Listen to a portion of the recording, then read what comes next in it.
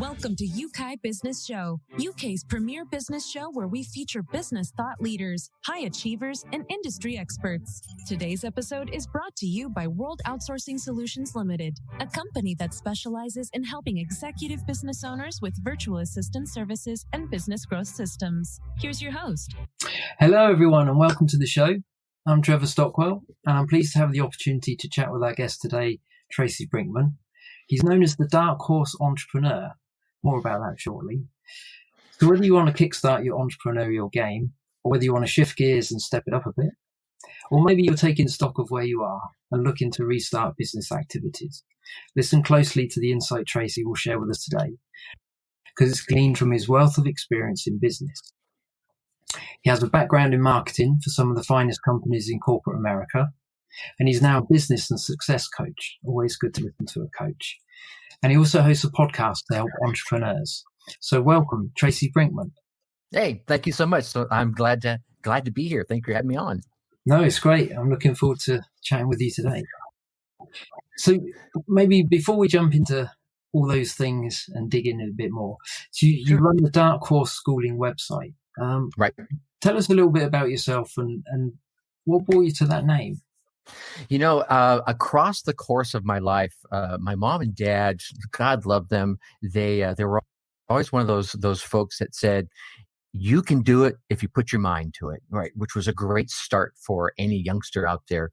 But usually once you stepped out the door of my home, not everyone else even in my inner circle were like, are you sure you want to do that? You know, and I think a lot of times they have great intentions in mind.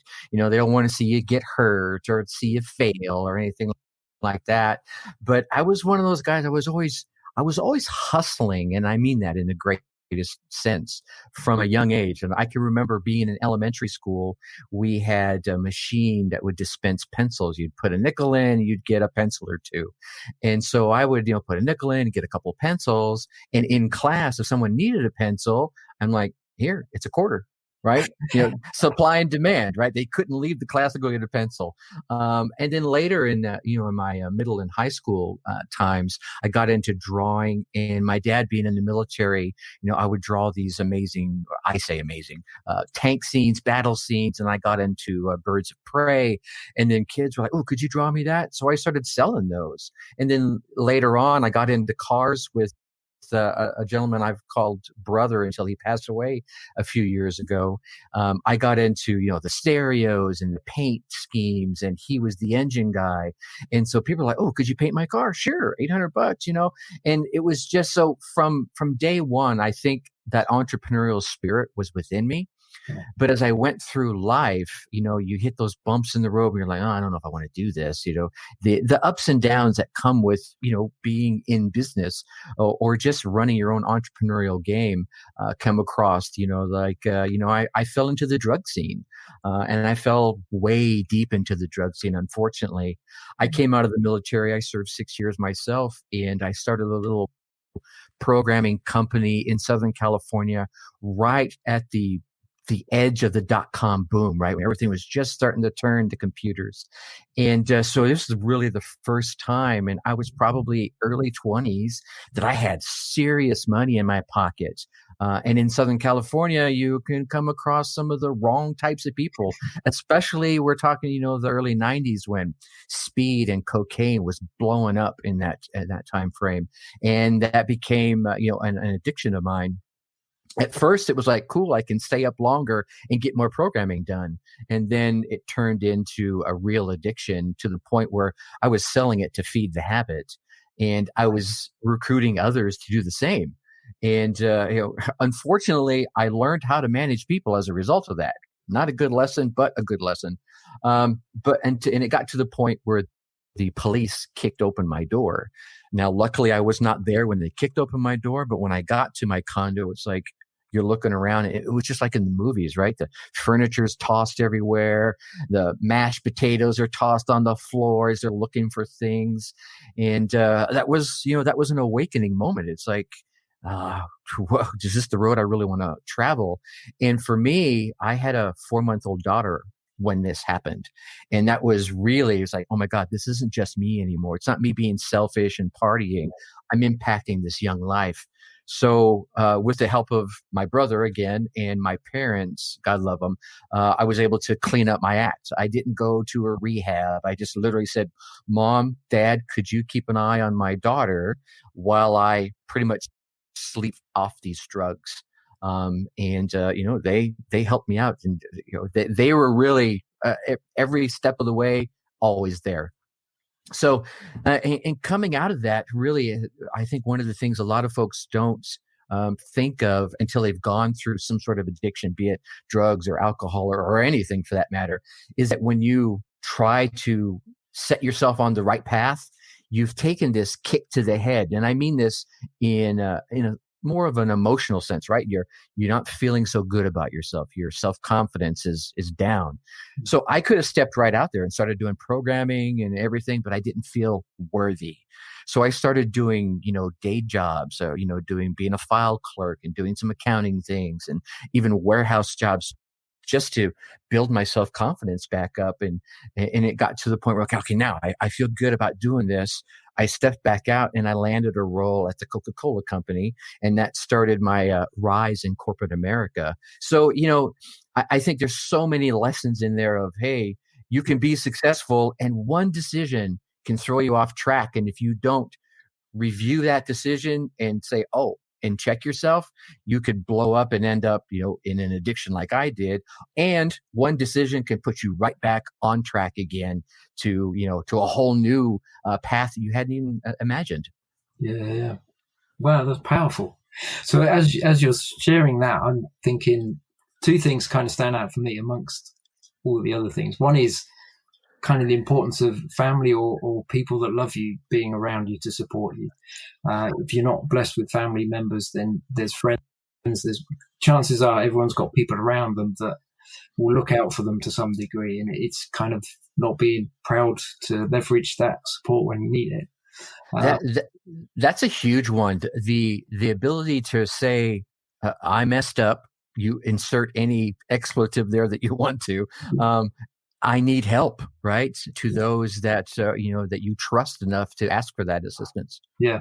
And even if people may be slightly different scenario, they're not struggling with drugs necessarily, but they're buried with feeling they have to do everything to keep the business going, and they're not reaching out to people to help them. Then yes, it's a different addiction, isn't it? But the consequences can be the same, really.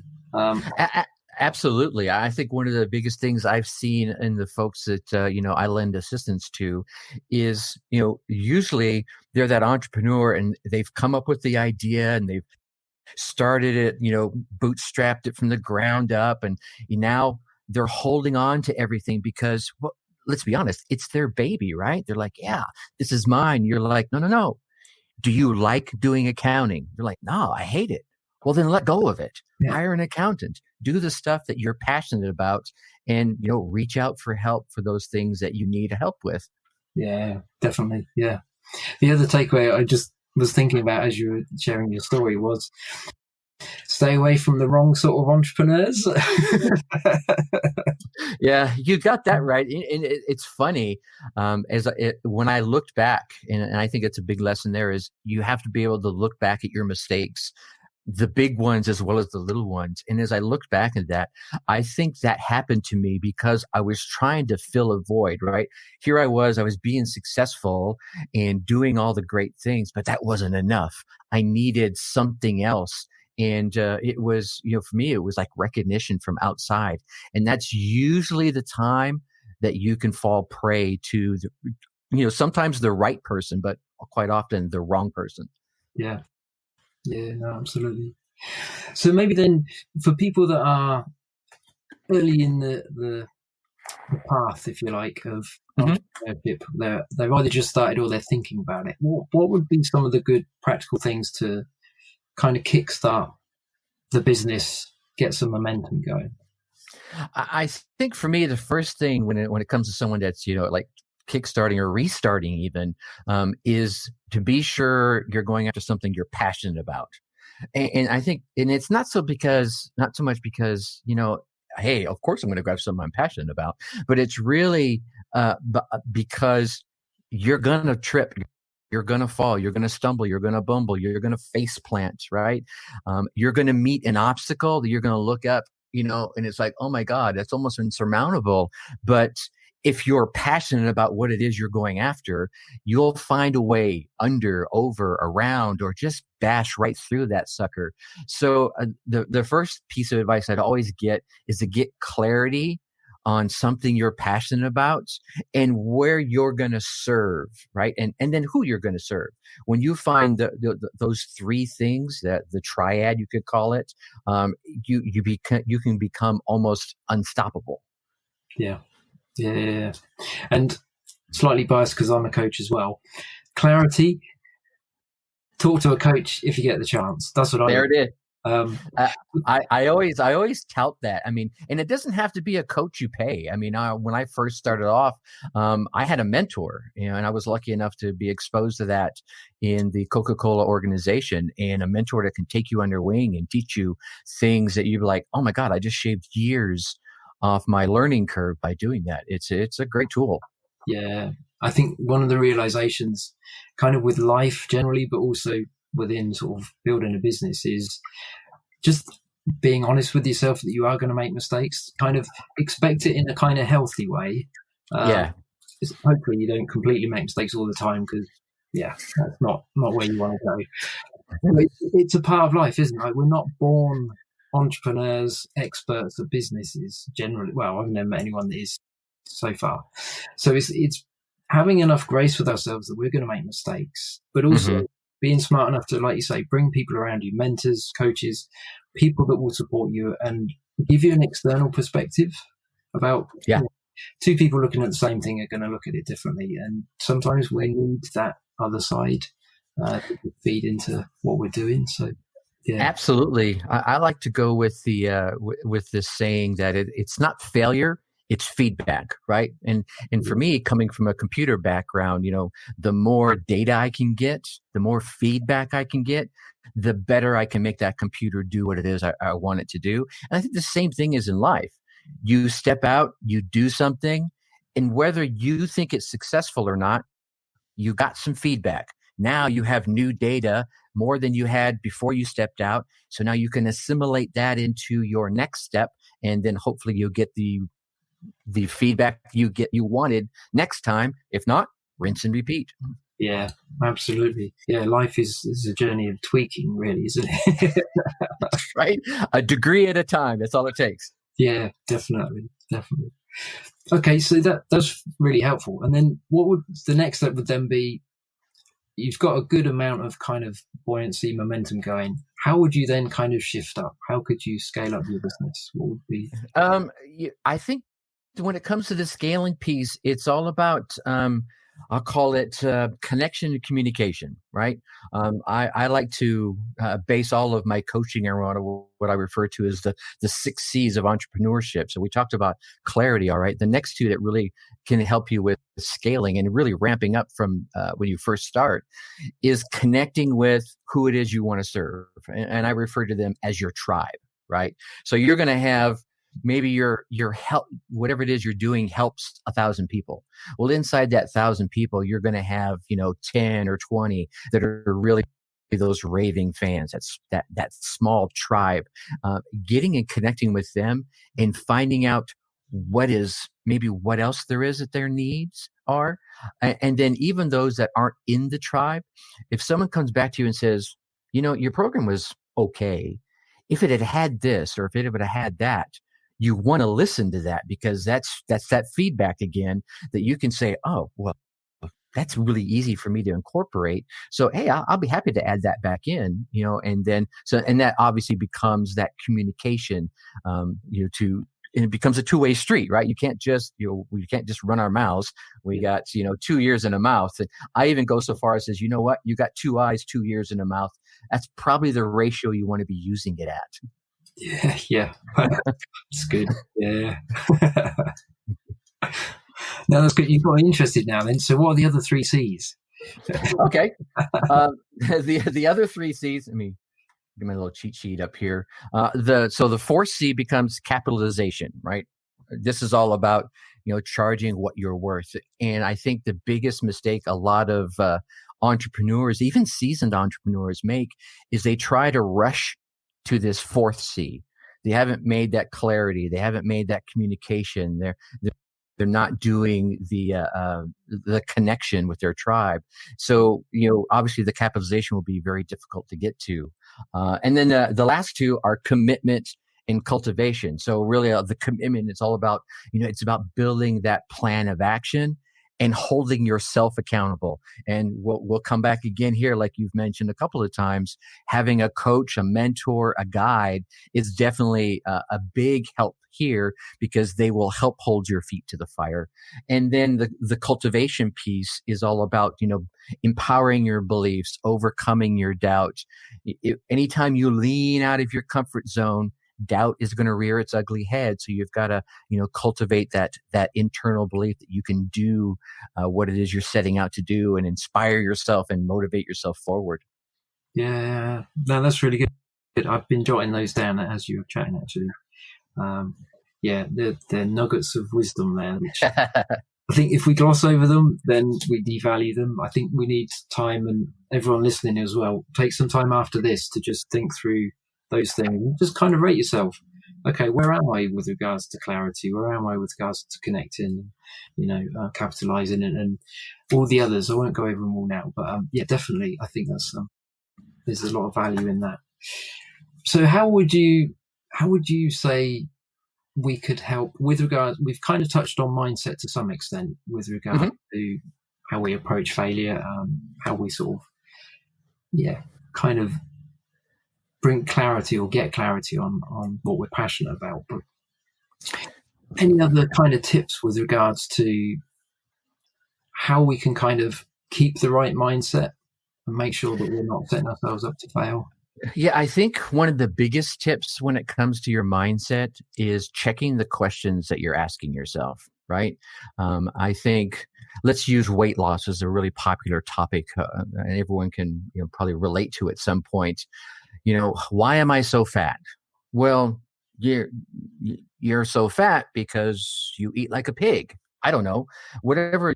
If you ask a question like that, you're going to get an answer. Your brain's going to say, well, because you do this or because you do that. You sit around, you watch TV all day long, whatever the response is. However, you flip that on its script and say, how can I lose weight and enjoy the process? Well, now we have a completely different mindset about the exact same task. So you can do the same thing in your business. It's like, all right, how do I do this part of the business and enjoy it? Because like I said, so many of us have to, from the beginning, bootstrap away. We wear all the hats. We're the accountant. We're the marketer. We're the coach. We're everything. Until we're able to start, earning the revenue and piece it out. So how can I do the accounting? The one I don't like, right? How can I do the accounting and enjoy the process? Yeah. Well, your brain will find a way to tell you, well, maybe you should do this or maybe you should do that. Oh, that's okay. For me, the way I did it is because I'm such a geek when it comes to systems and programming. Well, if I find the right accounting tool where I enter in the data and it does a lot of the analysis for me and all I got to do is tweak it, then that made it fun for me. And that got me into it until the point where I could step away from it. Okay. Yeah, that's good. So in a lot of ways, what I'm getting from what you're saying is its perspective is huge, isn't it, with regards to how we approach things. So can we make the things we need to do fun, or how can we make them less onerous? Yes. And again, I think it comes back to the questions. I think one of the big things is usually our self-talk is far worse than we would let anyone else ever talk to us, right? Yeah. And so if you're asking these questions that are driving you to this negative thinking, then you need to flip down on its ear. And because we're so used to saying it, it's like, well, I don't know what you're talking about, right? Yeah.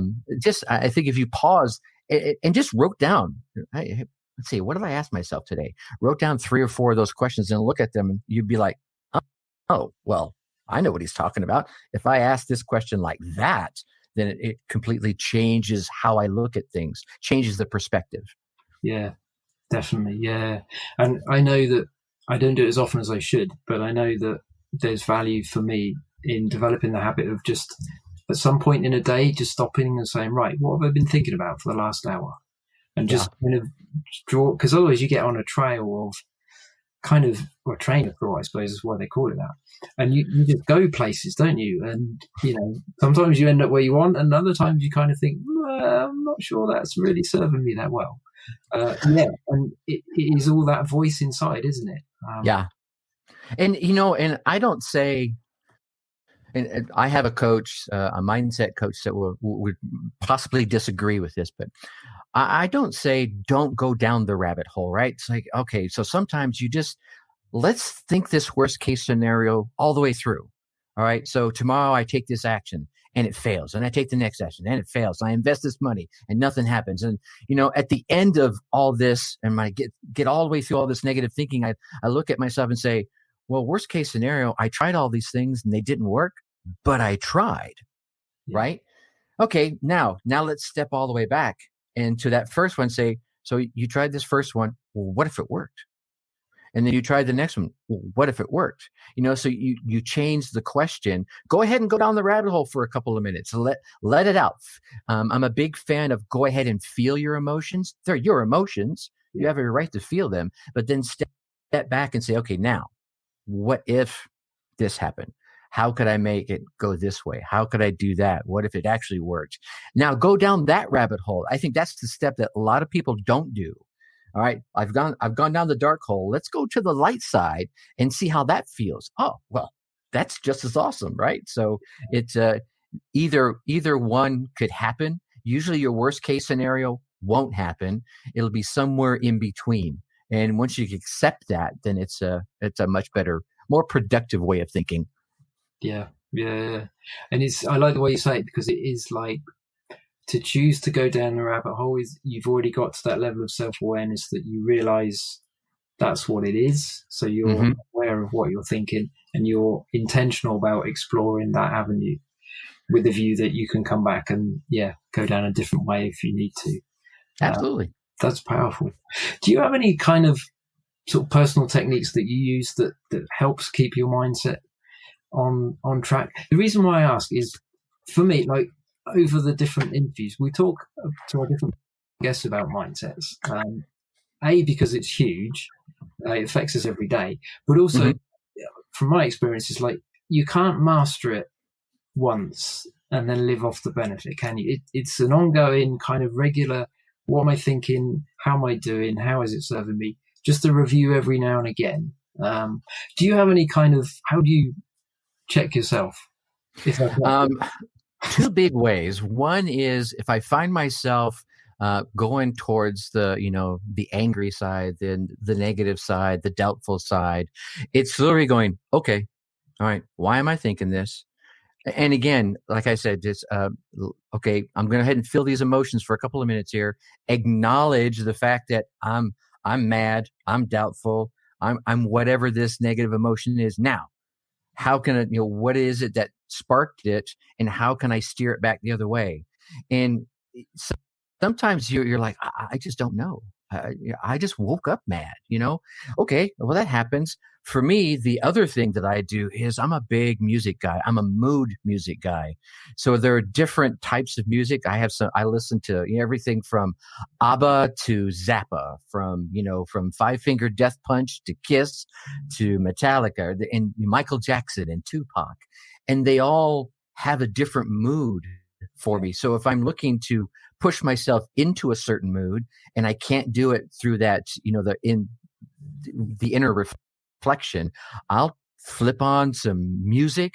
Now I need to be inspired. Well, let's drop some Queen on and, let's listen to some jazz or whatever it is that inspires you to help take you back to a moment when you first heard that song. You're like, now I feel that energy. Now with that renewed perspective, you can go back and review that question, and that usually fixes it for me. Yeah. It's like building a conscious environment around you that supports where you want to go, isn't it? Yeah, and but you have to be intentional about it. I mean, if you just, like you said, if you just let yourself go down that rabbit hole, it gets harder and harder to get out. Yeah, yeah, absolutely.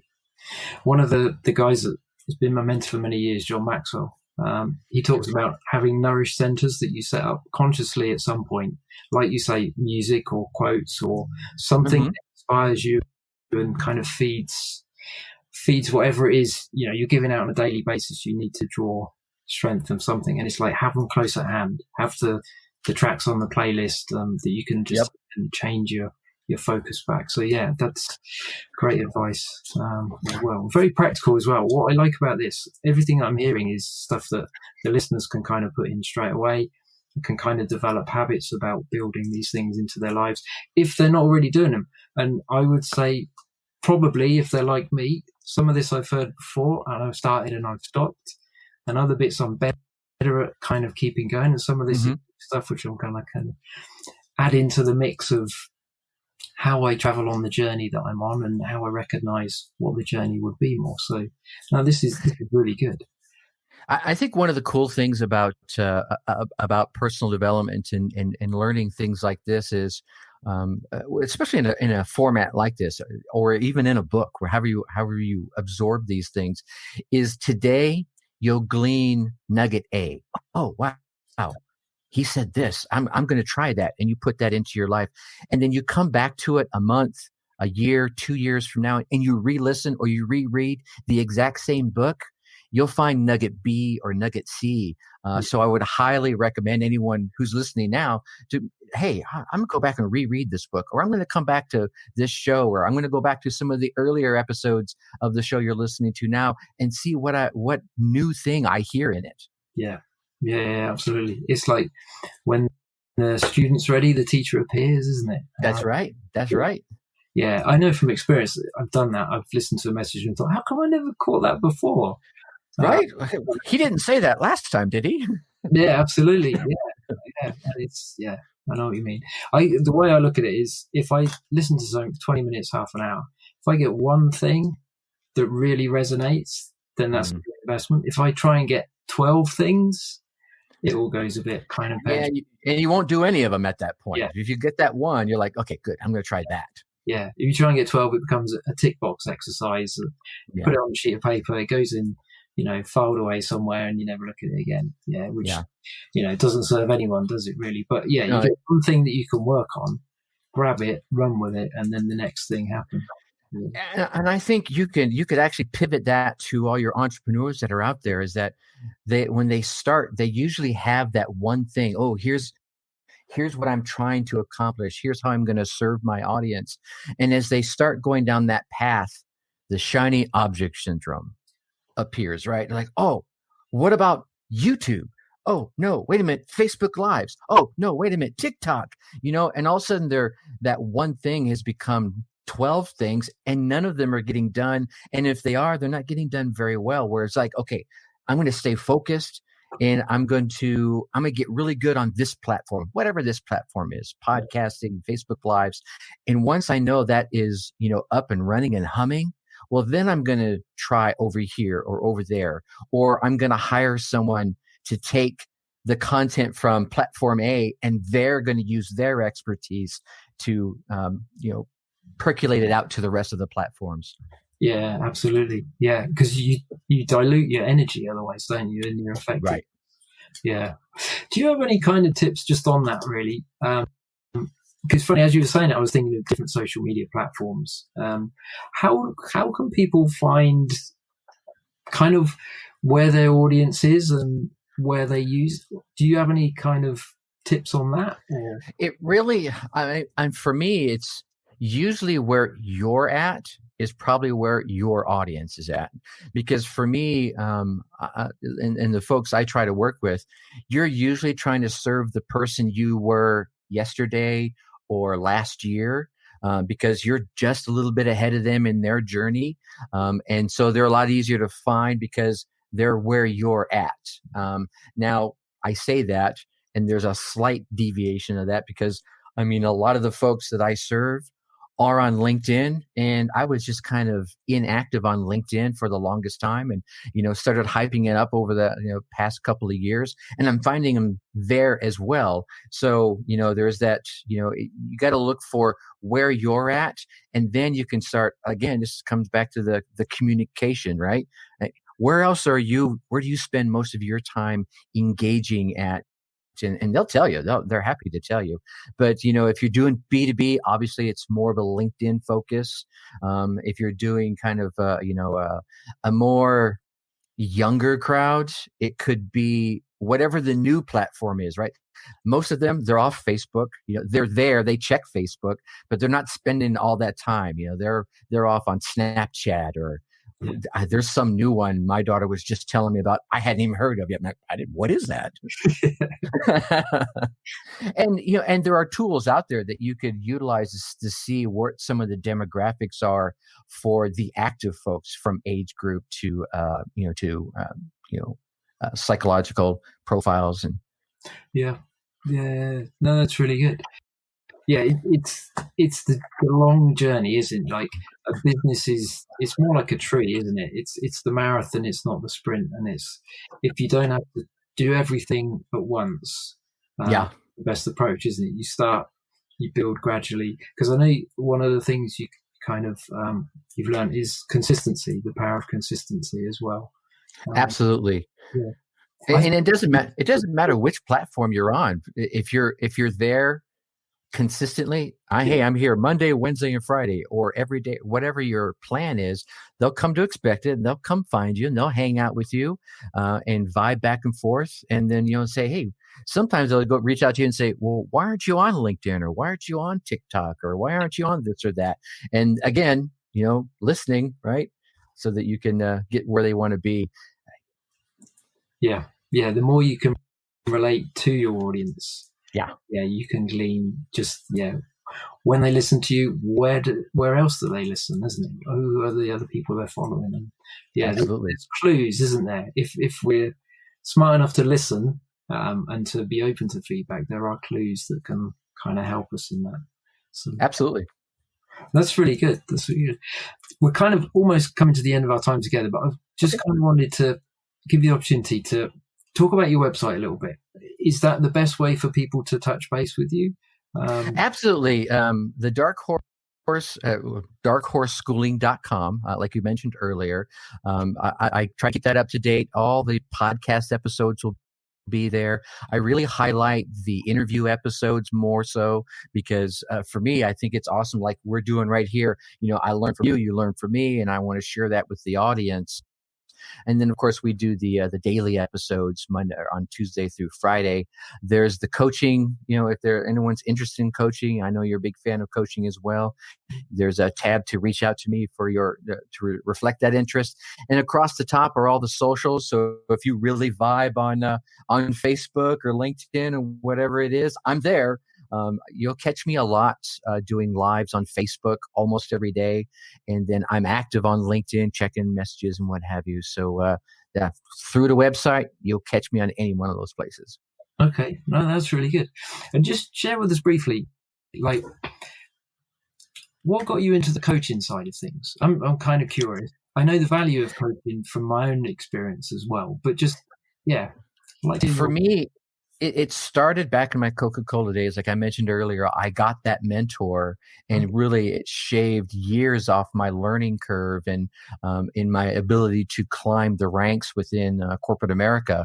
And then I started being a mentor, and it's almost self-serving because I felt so good in being able to help someone else level up in their, corporate America journey, that I took that outside of the corporate America field because I was doing all the personal development stuff and started coaching outside of the Coca-Cola company. And like I said, it's almost because I get so much out of it watching someone else, really develop up into who they were probably destined to become anyway. I get to say I helped shine the apple. Absolutely. Yeah. And I think it is huge. I would say, I know from my own experience, I've not always been in the right position that I'm ready for a coach. I think there are seasons that you get prepared to the point where actually now coaching it's come up on my radar. I'm sort of interacting with coaches, or I'm hearing about coaching more, then it becomes more of a kind of option. So it's not necessarily for everyone straight away, but Sure. there's such benefit in just having that time aside, digging into stuff and kind of just, discovering things that are holding you back, that unless you get some outside input, sometimes those things stay hidden, I think. And I think one of the cool opportunities, even if you're on the fence, like, do I need a coach or not? There are group coaching opportunities as well. So maybe now you're not learning just from the coach that you're engaged with, but the rest of the people that are in the same group, which is hugely beneficial. And if you're really still on the fence about that, the connections pay for themselves. The cost of the coaching gets you in a room with a bunch of other folks at your level or above. I mean, that's worth the value. That's worth the price of entry right there. Yeah, definitely. Yeah, I'm going to mention before we round off today about Yorkai's Mastermind coming up. But before I do, you run masterminds as well, don't you? Are you running any at the moment, or? I am not right now. I'm currently focused on a new digital product we're about ready to release, which is really a how to create your own digital course. Sounds kind of funny when you say it, but really so many entrepreneurs, they have this amazing knowledge in their head, and especially coaches, right? They have a process that they take people through to help them, be all they can be, but they do that a lot one-on-one. So if they could take that knowledge, put it into a course, and then sell that course, well, then that can help them level up their and scale their business, because now they're sending people through that course, getting that baseline, and some of those people will raise their hand and say, I really want more from you, right? And now you're saying, okay, well, I don't have to reteach you all that stuff because I know you went through it already. So now you can you can start them at level 15 rather than level 2. That sounds really good, because also you've captured it kind of through the course, so people can revisit it easily. Absolutely. And you can reach more people at the same time. So that sounds good. Maybe we should get you back when things are up and running and you kind of got time as well. We'll look at trying to get you back to tell us more about that. That'd be awesome.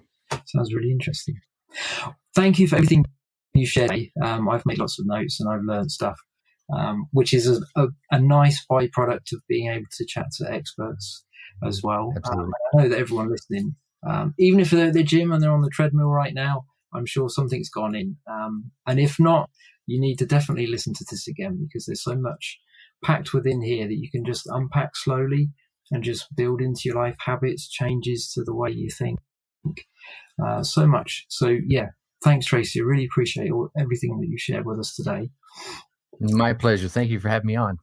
Oh, you're welcome. Definitely look forward to you coming back as well.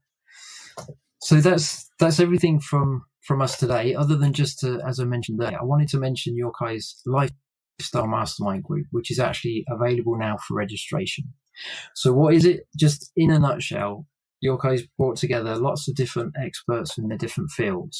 And the main focus is covering the four key areas of life: happiness and the lifestyle that you have, your relationships, your health, and your finances. And it's kind of spread throughout the year, so it's not like really intense. You can work through it group by group, week by week. Anyway, there's a link below with a promo code. So if you want to save some money, use the link and the promo code, and it'll be a real benefit. Also, I would definitely recommend that you listen to Tracy's podcast as well. Lots of wisdom over the years that he's gleaned. So there's some smart things that we can learn from smart people. That's the easiest way to navigate through life, I think, as we are. So definitely avail yourself of that. And also follow him on Twitter, YouTube, and everywhere that he is. That would be amazing. So I'm going to sign off for now. Thanks everyone for listening. Thanks again, Tracy, for your time. And as I leave you today, I just want to encourage you to stay positive and stay being proactive. Okay, until next time, goodbye. Thank you for listening to Yorkai Business Show. We will be back to bring you more episodes with success stories and advice straight from the experts. Want more? Check out www.yorkaibusinessshow.com. Get your free trial of our virtual assistant service today. Just visit www.worldoutsourcingsolutions.com. Quote WOS18 or send us an email at support@worldoutsourcingsolutions.com.